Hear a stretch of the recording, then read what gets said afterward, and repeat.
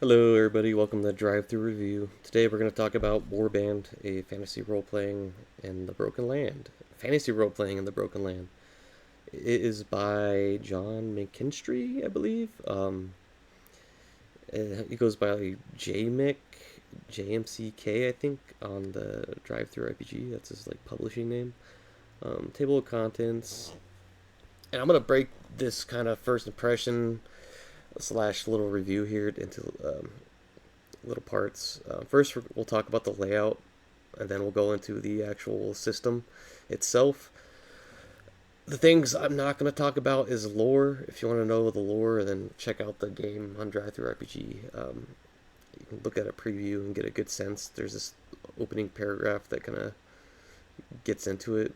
But I'm going to talk about the system and layout pretty much, and the art, and the choices he made here. Sorry, I'm sick right now. Yeah, so layout. It's it's very low budgety.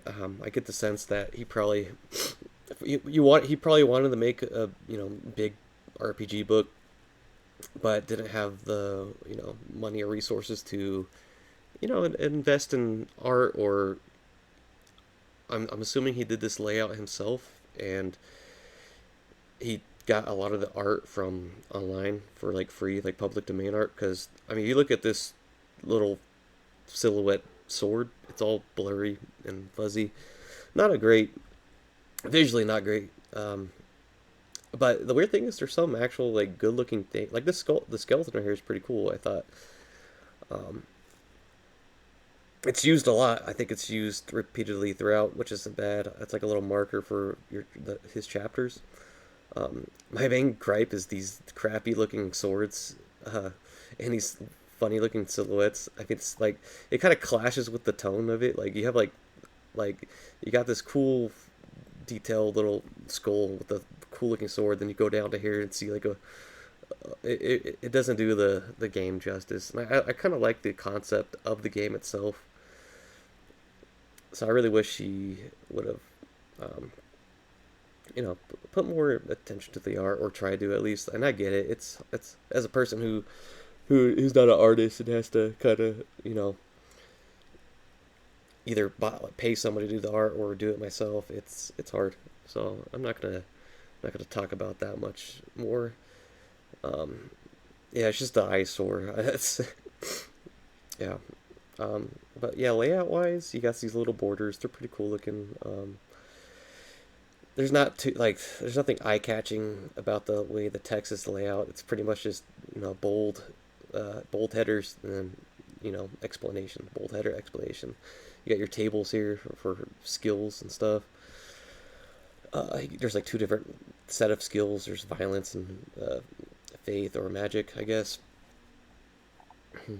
Yeah, and that's like I'm not going to scroll too far into the book because the layout is pretty much literally the same throughout. Like I said, the art is super inconsistent. I wish there was better. You did a better job with it, but yeah. We'll move on to the system, and the system itself is a little strange to me.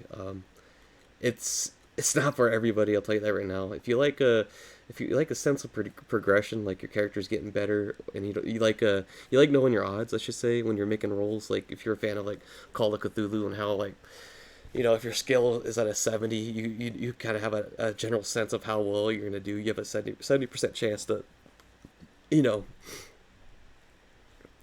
succeed, or D&D with the D20, and you get your modifiers like +5 to whatever it is, and you roll and you get like a 10 and it boosts you to a 15. This game does a really weird thing, and let me see if I can find the page with that system explanation on it. Let's see. Yeah, it's right here. The one rule everyone needs to know, and this is pretty much the one rule you need to play the game. And I think even like he repeatedly says throughout, like throw out the rules if it gets in the way of the story. This is the only like mechanic you really need to play the game. It's called call and roll.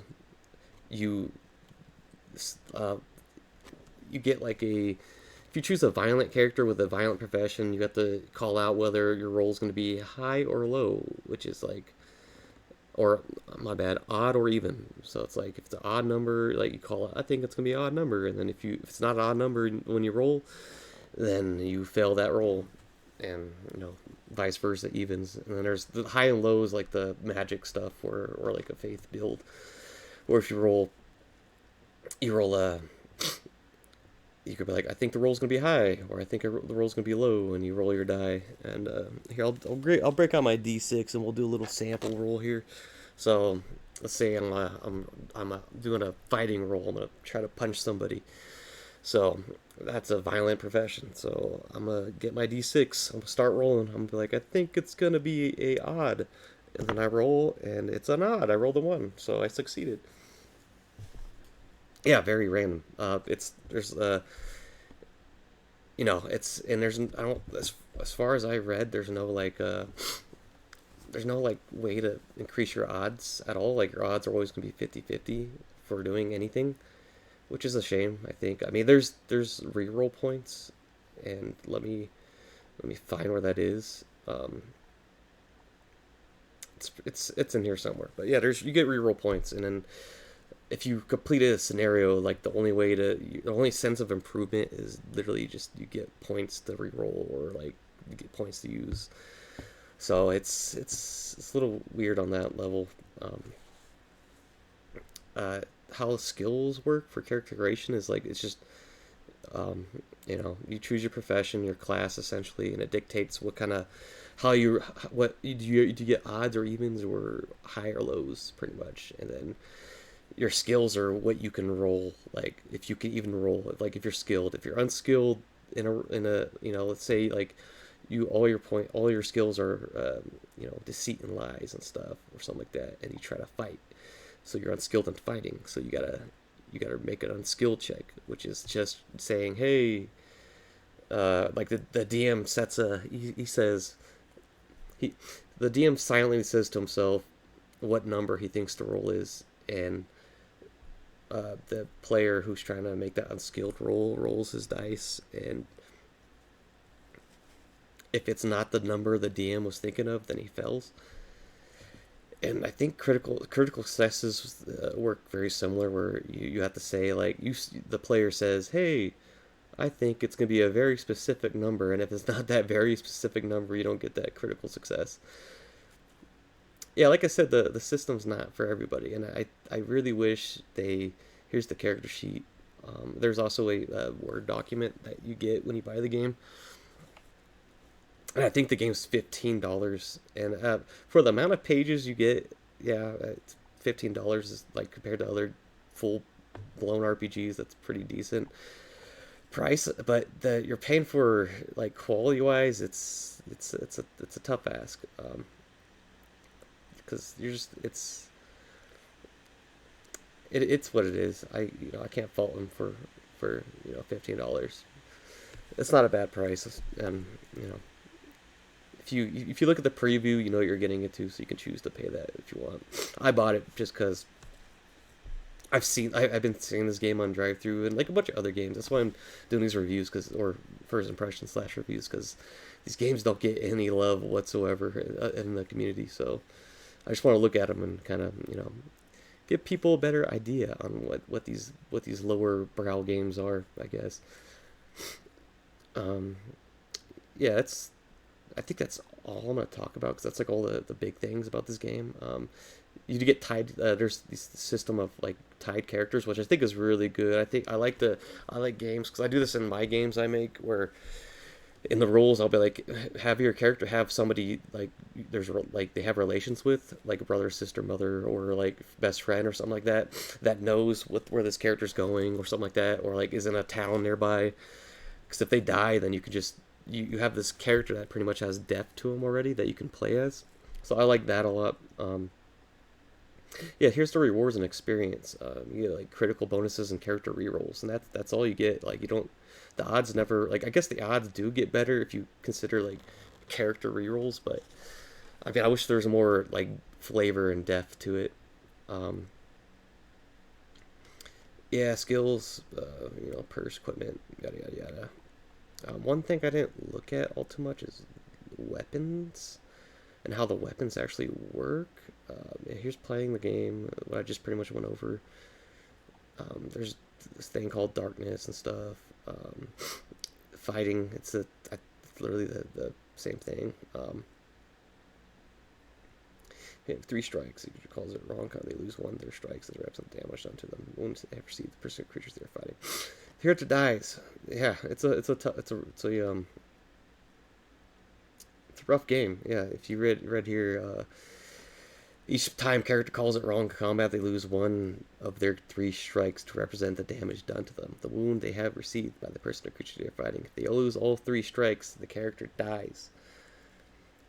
Fighting enemy, the player makes a car if they have a skill in fighting melee or missile weapon, or makes an unskilled roll if they lack a skill. If they succeed, they may inflict one. So you have to do three of these things, and then to get three strikes. And if player loses the three strikes, the character dies, I guess. I haven't looked too much into the fighting mechanics of the game. I don't think... I like when games, like, where the weapons, like, say what you will about D&D's combat, at least the weapons kind of have, like, different feels to them, because, like, they each utilize a, certain die, or, like, how much damage they can actually do, through the die that you roll, like the damage die. I'm trying to see if there's, like, because like the last game we looked at, the hammer cross, there's how the weapons didn't do much. I don't think the weapons do much in this. Even if, okay, so equipment, here we go. I'm trying to find using, okay, magical items, your character's possessions, choose your character's moral compass, choose your favorite, describe your defining events. Okay. Melee weapons. I don't even know if, I don't know if there's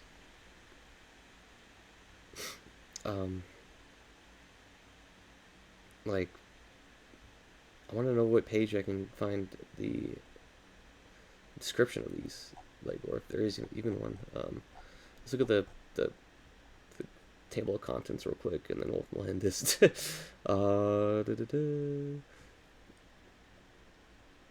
There's also no index, which is fair, because indexes are annoying to write. I'm debating on putting one in our game that we're working on.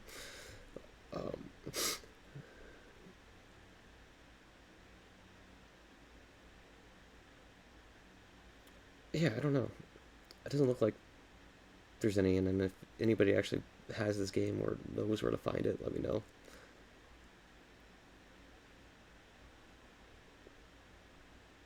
Yeah, there's armor and stuff in this game. I'm not going to get too much into that, because, I just want to look at the very important thing where the game pretty much, okay, I don't know. Yeah, so the game evolves around this system of, playing the odds, I guess.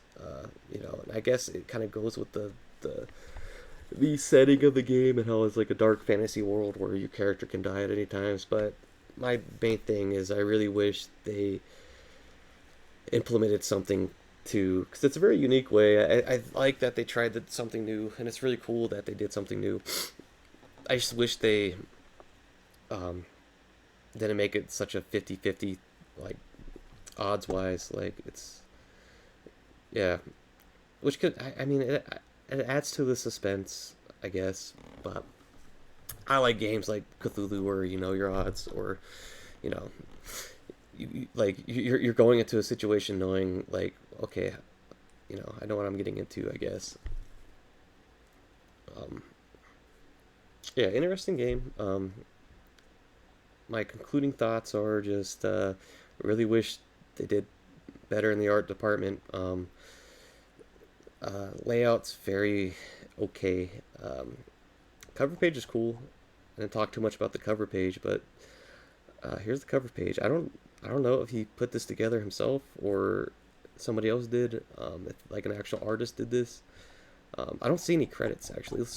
Let's go to the very bottom, the last page, and see if we can find credits.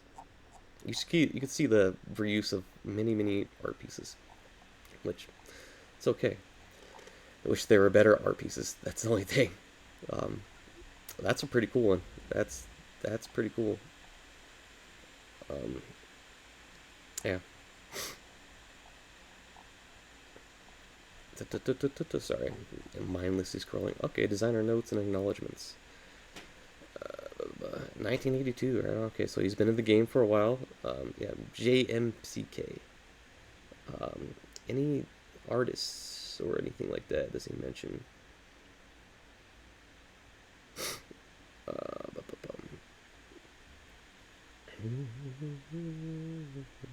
Okay, I'd also like to say thank you to my artist, Miss Puddle Duck, for again providing a great cover. To Aaron at Valley Mirrors and same play, especially to Matrine, without whom the Broken Land would likely never. Okay, yeah. So I'm guessing they all this other art, and here's just art found online, and then um, the cover was done by that artist. Yeah. So yeah, if you liked what you hear about Warband, check it out on DrivethruRPG. Um, I don't know if I'll play this game. We'll see. I might just do like a little like solo, like just play by myself to see if I actually get any enjoyment out of the system. Um, but yeah, I wonder if he was influenced by I don't know, that video game Mountain Blade Warband, because I get like a lot of similar senses. Yeah, but that's it. Thanks for watching. Subscribe and like if you like these type of videos. Um, if there's any recommendations for, if I'll say if you're if you make RPGs and RPG content and it's not like, if it's going under the radar on DrivethruRPG or anything, then send it to my way. I'll buy it and do a little first impression video like that. And yeah, thanks for watching. Bye bye.